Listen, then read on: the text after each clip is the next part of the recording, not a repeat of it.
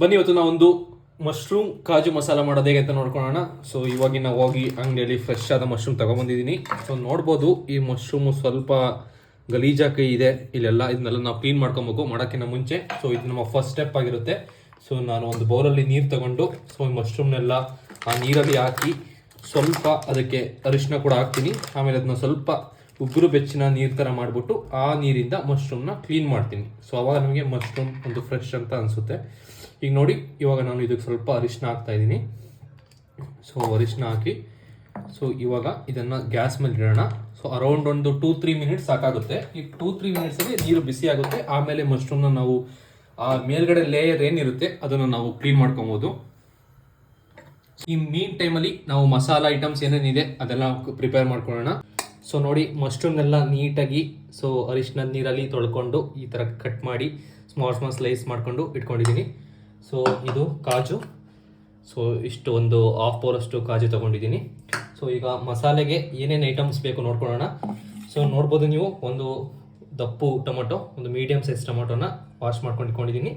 So ಇದು ಒಂದು spices, ಸ್ವಲ್ಪ ಕಾಳು ಮೆಣಸು ಹಾಗೂ ಒಂದು 4 ಲವಂಗ, 1-2 ಏಲಕ್ಕಿ ಹಾಗೂ ಒಂದು ಸ್ಮಾಲ್ ಪೀಸ್ ಚಕ್ಕೆ. ಸೊ ಇದನ್ನು ನಾನು ಜಾರಿಗೆ ಹಾಕೊತಾ ಇದ್ದೀನಿ.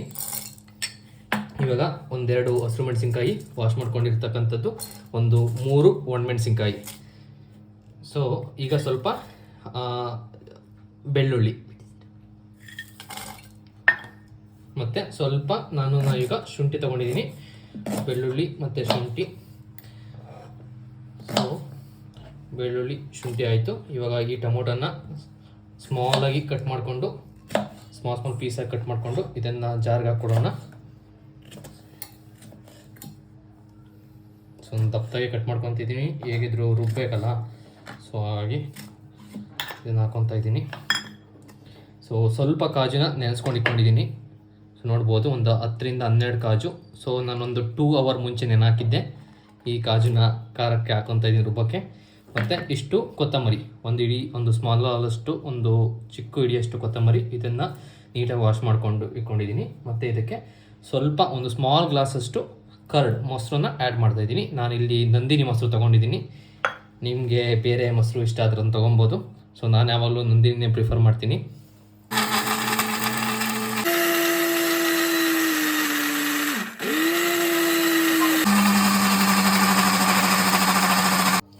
ಸೊ ನೋಡ್ಬೋದು ಈಗ ನೀವು, ನಾನು ಈ ಖಾರನ ನೀಟಾಗಿ ರುಬ್ಕೊಂಡು ಗ್ರೈಂಡ್ ಮಾಡಿ ಇಟ್ಕೊಂಡಿದ್ದೀನಿ. ಸೊ ಇದನ್ನು ನಾನು ಈ ಸೈಡಿಗೆ ಎತ್ತಿಡ್ತೀನಿ.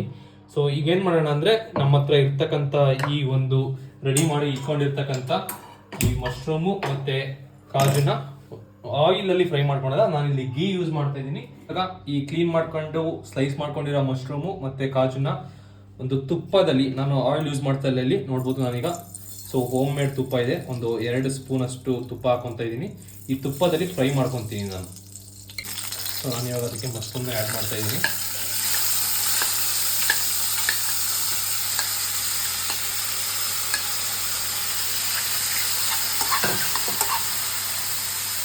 ಕಾಜು.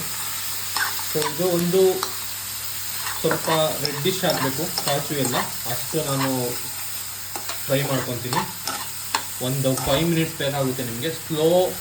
ಸ್ಲೋಗಿಟ್ಟು ಗ್ಯಾಸ್ನ ನೀವು ಫ್ರೈ ಮಾಡ್ಕೊಬೇಕಾಗುತ್ತೆ.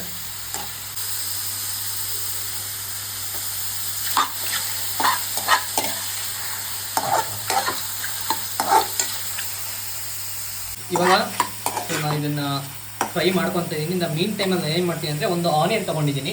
ಸೊ ಇದು ನಮಗೆ ಈಗ ಮಸಾಲೆಗೆ ಒಗ್ಗರಣೆ ಹಾಕಬೇಕು. ಸೊ ಈ ಒಂದು ಆನಿಯನ್ನ ಸ್ಮಾಲಾಗಿ ಸ್ಲೈಸ್ ಮಾಡ್ಕೊತೀನಿ, ಎತ್ಕೊತಾ ಇದ್ದೀನಿ. ಸೊ ನಾವು ಒಂದು ಸೈಡು ಅದು ಫ್ರೈ ಆಗ್ತಿರುತ್ತೆ. ಆ ಟೈಮಲ್ಲಿ ನಾವು ಈ ಥರ ಚಿಕ್ಕ ಪುಟ್ಟ ಕೆಲಸಗಳಿದ್ರೆ ಮಾಡ್ಕೊಂಬಿಡ್ಬೋದು. ನೋಡ್ಬೋದು ನಾನು ಇದನ್ನು ತುಂಬ ಸ್ಮಾಲಾಗಿ, ಅಂದರೆ ತುಂಬ ಸ್ಮಾಲ್ ಅಲ್ಲ, ಒಂದು ಮೀಡಿಯಮ್ ಸೈಜಲ್ಲಿ ಹೆಚ್ಕೊತಾ ಇದ್ದೀನಿ. ಫ್ರೈ ಮಾಡ್ಕೊಬೇಕಾದ್ರೆ ನಾನು ಸ್ವಲ್ಪ ಪೆಪ್ಪರ್ ಮತ್ತು ಸಾಲ್ಟ್ನ ಯೂಸ್ ಮಾಡ್ತೀನಿ. ಯಾಕಂದರೆ ಲಾಸ್ಟಿಗೆ ಗ್ರೇವಿಲಿ ನಮಗೆ ಈ ಮಶ್ರೂಮ್ ಒಂಥರ ಟೇಸ್ಟೆಸ್ ಅನ್ನಿಸ್ಬಾರ್ದು. ಅದು ಸ್ವಲ್ಪ ಸ್ಪೈಸಿ ಮತ್ತು ಸಾಲ್ಟ್ ಬೇಕಾಗುತ್ತೆ. ಅದಕ್ಕೆ ನಾನೊಂದು ಸ್ಮಾಲ್ ಸ್ಪೂನಷ್ಟು ಪೆಪ್ಪರು ಹಾಗೆ ಸ್ವಲ್ಪ ಸಾಲ್ಟ್ನ ಆ್ಯಡ್ ಮಾಡ್ಕೊತೀನಿ. ನೋಡ್ಬೋದು ನಾನು ಸ್ವಲ್ಪ ಸಾಲ್ಟ್ನ ಆ್ಯಡ್ ಮಾಡ್ತಾಯಿದ್ದೀನಿ. ಸೊ ಫ್ರೈ ಮಾಡ್ತಾ ಇದ್ದೀನಿ. ಅದಕ್ಕೆ ಸ್ವಲ್ಪ ಪೆಪ್ಪರ್ ಮತ್ತು ಸಾಲ್ಟ್ನ ಆ್ಯಡ್ ಮಾಡಿಕೊಂಡೆ. ಇನ್ನೂ ಸ್ವಲ್ಪ ರೆಡ್ ಆಗೋವರೆಗೂ ಮಶ್ರೂಮು ಮತ್ತು ಕಾಜು ಏನಿದೆ ಅದು ಫ್ರೈಡ್ ಅಂತ ಅನ್ನಿಸ್ಬೇಕು ನಮಗೆ. ಅಲ್ಲಿವರೆಗೂ ಸ್ವಲ್ಪ ಫ್ರೈ ಮಾಡ್ಕೊಳ್ಳೋಣ. ಅರೌಂಡ್ ಒಂದು 4-5 ಮಿನಿಟ್ಸ್ ಬೇಕಾಗುತ್ತೆ ನಿಮಗೆ. ಸೊ ನೀವು ಗ್ಯಾಸ್ನ ತುಂಬ ಸಿಮ್ಮಲ್ಲಿ ಇಟ್ಕೊಂಡಿರಿ, ಅವಾಗ ಫ್ರೈ ಕೂಡ ಚೆನ್ನಾಗಿ ಬರುತ್ತೆ. ಜಾಸ್ತಿ ಇಟ್ಕೊಂಡ್ರೆ ಏನಾಗುತ್ತೆ ಅಂದರೆ ಸೀದೋಗ್ಬಿಡುತ್ತೆ. ಹಾಗಾಗಿ ನಾವು ಸ್ವಲ್ಪ ಸಿಮ್ಮಲ್ಲಿ ಇಟ್ಕೊಂಡು ಫ್ರೈ ಮಾಡ್ಕೊಳೋದ್ರಿಂದ ಟೇಸ್ಟ್ ಕೂಡ ತುಂಬ ಚೆನ್ನಾಗಿರುತ್ತೆ. ಸೊ ಫ್ರೈಡ್ ಆಗಿದೆ ಇವಾಗ.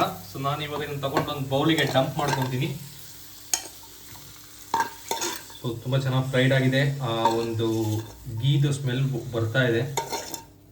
ಸೊ ನಾನು ಇದನ್ನು ಏನಕ್ಕೆ ಡಂಪ್ ಮಾಡ್ಕೊಂಡೆ ಅಂದರೆ ನಾನು ಇದೇ ಟ್ರೈಲಿ ನಾನು ಈಗ ಗ್ರೇವಿ ಮಾಡ್ತೀನಿ. ಅದಕ್ಕೋಸ್ಕರ ನಾನು ಡಂಪ್ ಮಾಡಿ ಒಂದು ಬೌಲಿಗೆ ಇಟ್ಕೊಂಡಿದ್ದೀನಿ. ನಾನು ಇದನ್ನು ಇಟ್ಕೊಂಡಿದ್ದೀನಿ. ಇವಾಗ ಸ್ವಲ್ಪ ಆಯಿಲ್ ಹಾಕ್ತಾ ಇದ್ದೀನಿ. ಒಂದು ಆಯಿಲ್ ನಾನು ಆದಷ್ಟು ಕಡಿಮೆ ಯೂಸ್ ಮಾಡ್ತೀನಿ. ಒಂದು ಸ್ಮಾಲ್ ಸ್ಪೂನಷ್ಟು ಆಯಿಲ್ನ ಯೂಸ್ ಮಾಡ್ತಾ ಇದ್ದೀನಿ.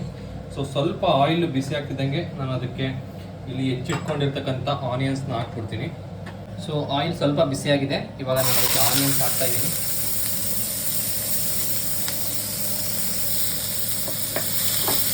ಸೊ ಆನಿಯನ್ನ ಸ್ವಲ್ಪ ಫ್ರೈ ಮಾಡ್ಕೊಳ್ಳೋಣ. ಆನಿಯನ್ ಸ್ವಲ್ಪ ರೆಡ್ ಆಗೋವರೆಗೂ ಸ್ವಲ್ಪ ಫ್ರೈ ಮಾಡ್ಕೊಳ್ಳೋಣ. ಅರೌಂಡ್ ಒಂದು 3-4 ಮಿನಿಟ್ಸು ಸಿಮ್ಮಲ್ಲಿ ಫ್ರೈ ಮಾಡಿಕೊಂಡ್ರೆ ಟೇಸ್ಟ್ ಚೆನ್ನಾಗಿರುತ್ತೆ.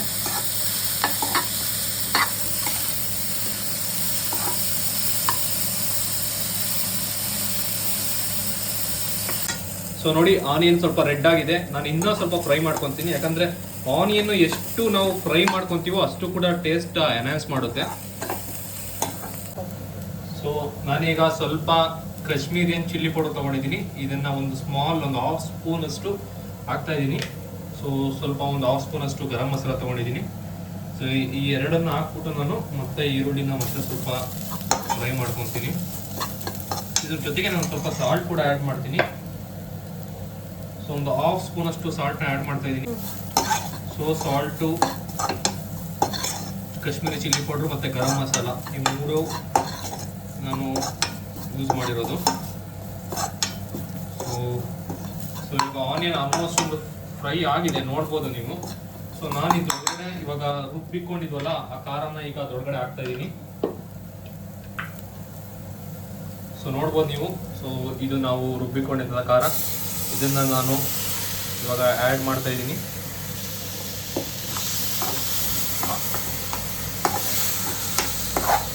ಸೊ ಇವಾಗ ಗ್ರೇವಿನ ನಾವು ಏನು ರುಬ್ಬಿಕೊಂಡಿದ್ವಲ್ಲ ಖಾರ ಅದನ್ನು ಫ್ರೈಡ್ ಮಾಡ್ಕೊಂಡಿದ್ದಂಥ ಆನಿಯನ್ ಒಳಗಡೆ ಹಾಕಿದ್ದೀನಿ. ಇವಾಗ ಸ್ವಲ್ಪ ವಾಟರ್ ಕೂಡ ಆ್ಯಡ್ ಮಾಡ್ತಾ ಇದ್ದೀನಿ. ನೋಡ್ಬೋದು, ವಾಟರ್ ಜಾಸ್ತಿ ಹಾಕೊಂಡ್ರೆ ಫುಲ್ಲು ಗ್ರೇವಿ ತೆಳುಗಾಗ್ಬಿಡುತ್ತೆ. ಸೊ ನಾವು ಸ್ವಲ್ಪ ವಾಟರ್ನ ಹಾಕ್ಕೊತೀವಿ, ಲಾಸ್ಟಿಗೆ ನೋಡ್ಬಿಟ್ಟು ಹಾಕೊಳ್ಳೋಣ. ಸೊ ವಾಟರ್ನ ಆ್ಯಡ್ ಮಾಡಿದ್ದೀನಿ, ಒಂದು ಸ್ಮಾಲ್ ಕಪ್ಪಷ್ಟು ವಾಟರ್ನ ಆ್ಯಡ್ ಮಾಡಿದ್ದೀನಿ.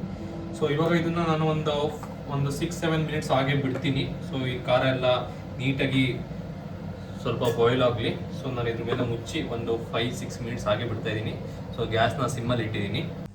ಸೊ ನೋಡ್ಬೋದು ನಾವೀಗ ಸೊ ಗ್ರೇವಿ ಒಂದು 10 ಮಿನಿಟ್ಸ್ ನಾವು ಲೋ ಫ್ಲೇಮಲ್ಲಿ ಬೇಯಿಸ್ಕೊಂಡಿದ್ದೀವಿ. ಸೊ ಇವಾಗ ನಾನು ಫ್ರೈ ಮಾಡ್ಕೊಂಡಿದ್ದ ಕಾಜು ಮತ್ತು ಮಶ್ರೂಮ್ನ ಆ್ಯಡ್ ಮಾಡ್ತಾ ಇದ್ದೀನಿ. ಸೊ ಕಾಜು ಮತ್ತು ಮಶ್ರೂಮ್ ಆಲ್ರೆಡಿ ನಾವು ಫ್ರೈ ಮಾಡ್ಕೊಂಡಿರೋಂಥ ಜಾಸ್ತಿ ಬೇಯಿಸೋ ಅವಶ್ಯಕತೆ ಇಲ್ಲ. ಬಟ್ ಸ್ಟಿಲ್ ಒಂದು 10 ಮಿನಿಟ್ಸು ಒಂದು ಸಿಮ್ ಇಟ್ಕೊಂಡು ಲೋ ಫ್ಲೇಮಲ್ಲಿ ಬೇಯಿಸಿದ್ರೆ ಸೊ ಆ ಮಶ್ರೂಮು ಗ್ರೇವಿ ಟೇಸ್ಟ್ ಎಲ್ಲ ತೊಗೊಳುತ್ತೆ. ಸೊ ನನಗೊಂದು 5-10 ಮಿನಿಟ್ಸು, ಒಂದು 5 to 10 ಮಿನಿಟ್ಸ್, ಅರೌಂಡ್ ಸಮ್ ಅವರೇಜಲ್ಲಿ ಒಂದು 6-7 ಮಿನಿಟ್ಸು ಇದನ್ನ ಮುಚ್ಚುತ್ತಾ ಇದ್ದೀನಿ. ಸೊ ಇವಾಗ 10 ಮಿನಿಟ್ಸ್ ಆಗಿದೆ, ನೋಡ್ಬೋದು. ಸೊ ಘಮ ಅಂತ ಒಂದು ಫ್ಲೇವರ್ ಬರ್ತಾ ಇದೆ. ಸೊ ಇದನ್ನು ಇನ್ನೊಂದು ನಾವು ನೋಡ್ಬೋದು ಮಶ್ರೂಮ್ ಎಲ್ಲ ಬೆಂದಿದೆಯಾ ಕಾಜು ಇಲ್ಲ ಅಂತ. ಬೇಕು ಅನ್ಸಿದ್ರೆ ನಾವು ಇನ್ನೂ ಒಂದು 5 ಮಿನಿಟ್ಸನ್ನು ಬಿಸಿ ಮಾಡ್ಕೊಬೋದು.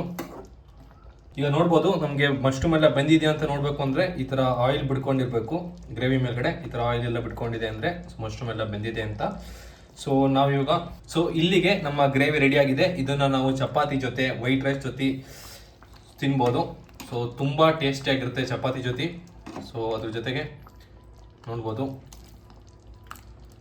ಸೊ ಬಿಸಿ ಮಶ್ರೂಮ್ ಮತ್ತು ಕಾಜು ಗ್ರೇವಿ ರೆಡಿಯಾಗಿದೆ. So thank you.